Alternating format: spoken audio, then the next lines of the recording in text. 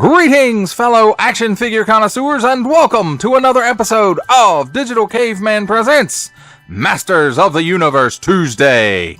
I, as always, am your host, the Digital Caveman, and today I will be presenting you with the Masters of the Universe Masterverse Princess of Power Grizzlor. Let's get into it!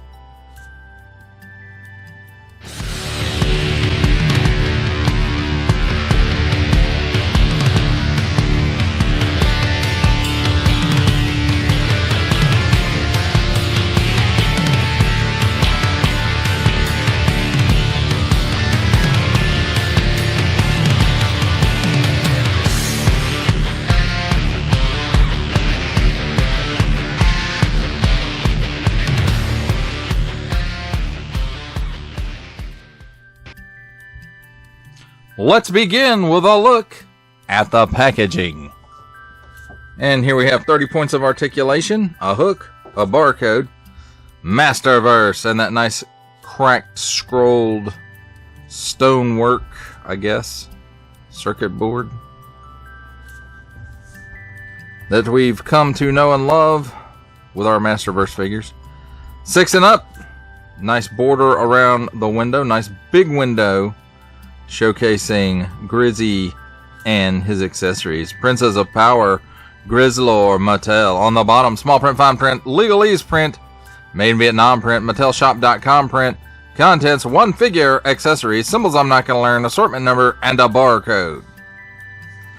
On this side, Grizzlor, hairy henchman of the evil horde. And then on this side, got some nice artwork of Grizzlor.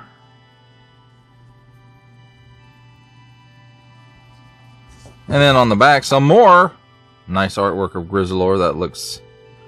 he's kind of goofy, scary looking, isn't he? The Evil Horde. Grizzlor, hairy henchman of the Evil Horde. Few are feared across Etheria more than the bloodthirsty beast, Grizzlor. Captured and brainwashed by Hordak, Grizzlor now loyally serves the leader of the evil horde as gatekeeper of the Fright Zone, as well as feral soldier to be unleashed in the battlefield. And then here's the cross sale. Revelation Merman, Prince of Power Grizzlor, New Eternia Buzzoff, New Eternia Faker. Also available at eSword separately, subject to availability. Colored decoration may vary. Mattel empowering the next generation to play and recycled. And that, my friends, is a look at the packaging. Let's take a look at the figure and his accessories. And here we have handy dandy tweezers. Let's take a look at his extra set of hands first. And here we have a fist. And I do not believe we've seen this before.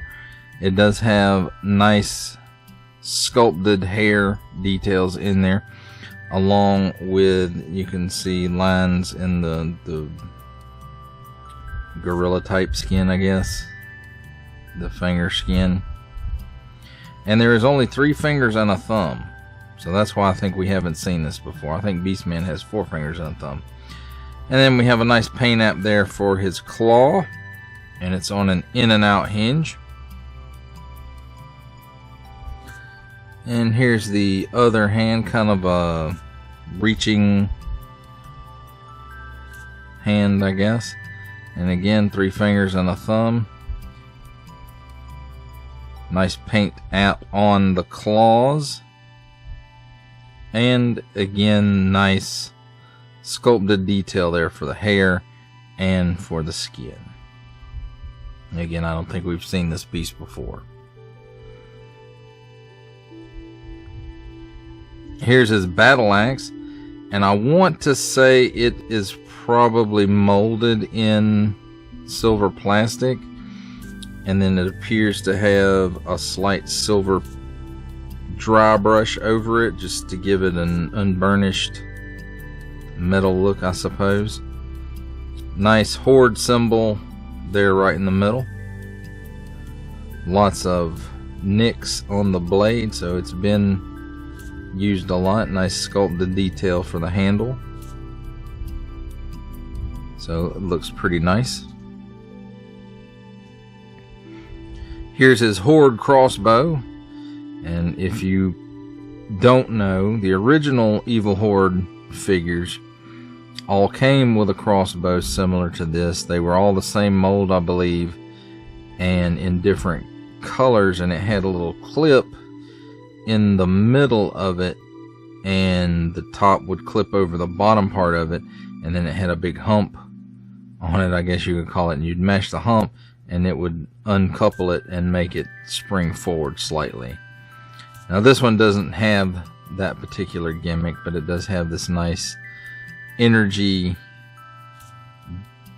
part to the crossbow, and you can see it is a separate piece because there's where it pegs in on the bottom here and here. It's a nice clip for it to clip on his arm.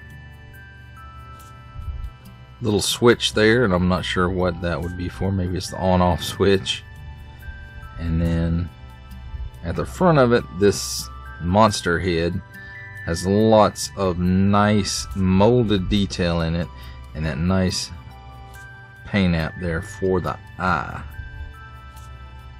The underside, not so much. But overall, I think this is a nice throwback to those original Masters of the Universe figures. Now let's take a look at the figure himself, and I am not going to pull the fur off because this is how I'm going to display it. Now I may have to work with it a little bit because it is coming in his face a little bit there. But this really reminds me of the original figure, who was covered, pretty much his torso at least was covered in, it's not really flocking, but it was covered in fur. And I think that's a really nice look for the character. However, if you want to take it off, you take his armor off and then pull his head off and it comes off. But you can see he does have some nice sculpted hair details in the torso, so that's pretty cool. If you don't want to use that, just like on the arms and the legs. And the original figure, the arms and the legs did not have the fur covering on it. However, it did come up over his head, but his head was not articulated at all. And nice paint apps for the face, and it's got, I mean, it's even got some shadowing down in there around the eyes. Fangs, lower teeth. It's even got some upper teeth there, you can see. And then looks like black paint in the back there. And I do believe this hair all around there, I think it's a separate piece. I think the face is just glued into it. And I could be wrong, but that's just the way it looks to me. And you can see around the edges of the face where it meets up with the hair, you can see how they got a paint app all around there that's kind of makes it look like hair where they meet up. It's got some nice sculpted detail there for the brows, and I do believe there's a slight wash in there, or it could be some sort of detail printing technology. I'm not sure if they use something similar to what Hasbro uses, their inkjet or whatever it is. And then nice paint apps for the eyes. And nice soft fur. And the only thing I don't like about it is it keeps coming up there in front of his face. And it's probably going to do it really bad when I go to show his articulation. But for the most part, it looks pretty cool. Nice Evil Horde symbol there on his harness, and it does have a strap in the back there. It looks more like for a sword than the axe. I'm sure if you worked it a little bit, you could probably get the axe in there. Let's see. It doesn't want to go in there, but it will. And it doesn't really tax it too much. So, at least he does have storage, even if it doesn't look as though it's meant for that. And then I'm not sure where the paint app is here. This was actually a separate piece, but nice details there, like the Horde belt. And then he's got this armband here with the Horde symbol on it. And of course on his boots he has the Horde symbol on each one, and that's a red paint app, it looks like. Let's talk about his articulation. He doesn't really look up. He looks down slightly. He's got a little chicken neck. He's got a little waggle. All much better than the original figure that had none of this. Now, he can turn it left a little. He can turn it right a little. It really doesn't want to go. I don't know if it's this in the way or if it's just the way that the head is molded. It will not do the full Exorcist. At the shoulder, we'll do a 360-degree rotation, and the arm comes out to 90 degrees. This armband here is a separate piece, so you have to watch out for it. It will slide. There's a cut here at the upper bicep for another 360-degree rotation. At the elbow, a double hinged pinless elbow, and it gives you, wow, look at that. Look at that bend. That is pretty awesome. 360-degree rotation at the wrist on an in and out hinge, and for some reason this peg is quite loose feeling. But if you're careful with it, you can still get that bend at the wrist. This one is much better, and it's on an in and out hinge as well. Let's see.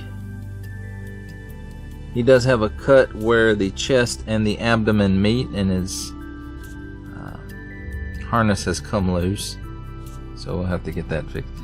So, you know, he'll lean left and right, crunches forward that far, and he will bend back that far. And I'm pretty sure now the whole thing is done. So there you can see all that sculpted hair under there, and some of this may be reused from a Beastman, not New Eternia Beastman, or that's for sure. It may actually be Stratos, and that might go for the arms and legs as well.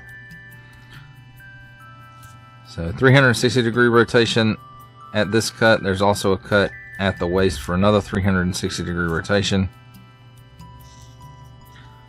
At the hips, he kicks forward that far, and not even a half a step back, so no back. That's weird.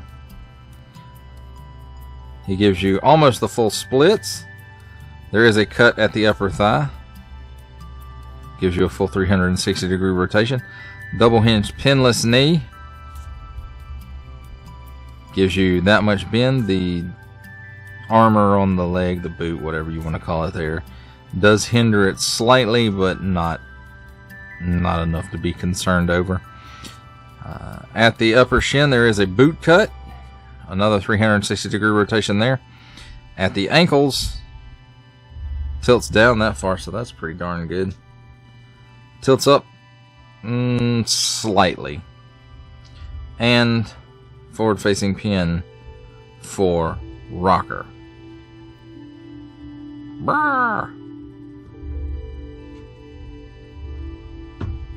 That, my friends, is a look at Grizzlor and his accessories. It's time for my favorite part of a review, comparisons. And here we have Princess of Power Grizzlor with Princess of Power Catra Jealous Beauty and Princess of Power Shadow Weaver, all members of the Evil Horde.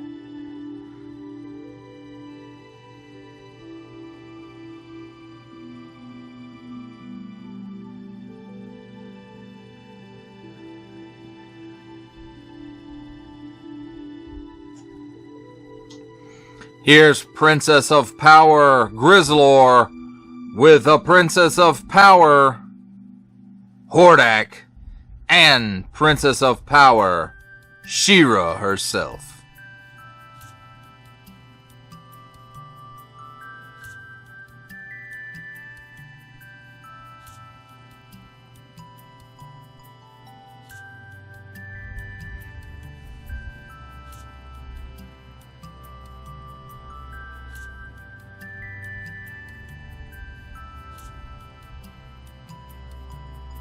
For our final set of comparisons, here we have the Princess of Power Grizzlor with, from Marvel Legends series, making his cameo appearance, Stan the Man Lee. From G.I. Joe Classified series, we have the Hasbro Pulse exclusive Regal variant Cobra Commander. From Star Wars The Black series, we have the Archive Edition 501st Legion Clone Trooper. And our final Masterverse comparison in the back, the 40th Anniversary He-Man.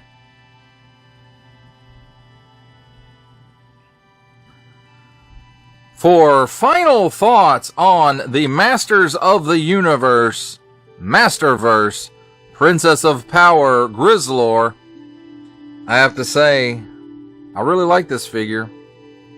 It's a nice combination of new with throwback to the original, which is, you know, that's what New Eternia is about. And I see, for me, I feel like the Princess of Power line runs parallel with the New Eternia stuff, whereas it's giving you that classic version of the character combined with some new features to make something that's, you can use it as classic or you can use it as something different, something newer. And I have to say, you know, especially the articulation on this guy is a vast improvement over the original. The original had leg movement and arm movement, and that was at the hips and the shoulders. He had no waist swivel because his torso was all hair. Like, not flocked, but like carpet hair, I guess you could call it. And so this guy having all this articulation is great compared to that original figure. I don't know how the Origins version, or if there is an Origins version of Grizzlor yet, because I don't much follow that line. But I don't know how that articulation wise compares up with this and the original figure. Now, I will say the one thing that I have a minor issue with is that the fur part is a little too floofy. I would have liked it to have been a little less hairy so that it didn't like get up in his face some or cover up his harness straps where you can't really see it, but it's okay as it is. And this is how I'm going to display him with the fur piece on, because it really evokes that nostalgia of the original figure for me. And the paint on the weapon where they dry brush the silver to give it that kind of streaked look, I thought it looks really great. That does it for the review. I hope that you enjoyed it. I enjoyed making it. Only support from viewers like you make this programming possible. Each view does count, and I do appreciate each and every single view that I receive. Thank you, and thank you so very, very much for supporting this channel through viewing. Comment below, like, share, subscribe if you'd like to see more reviews, or just help the channel out further, or both, that's even better.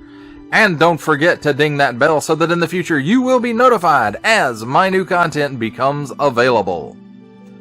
That's a wrap, folks. I'll see you next time.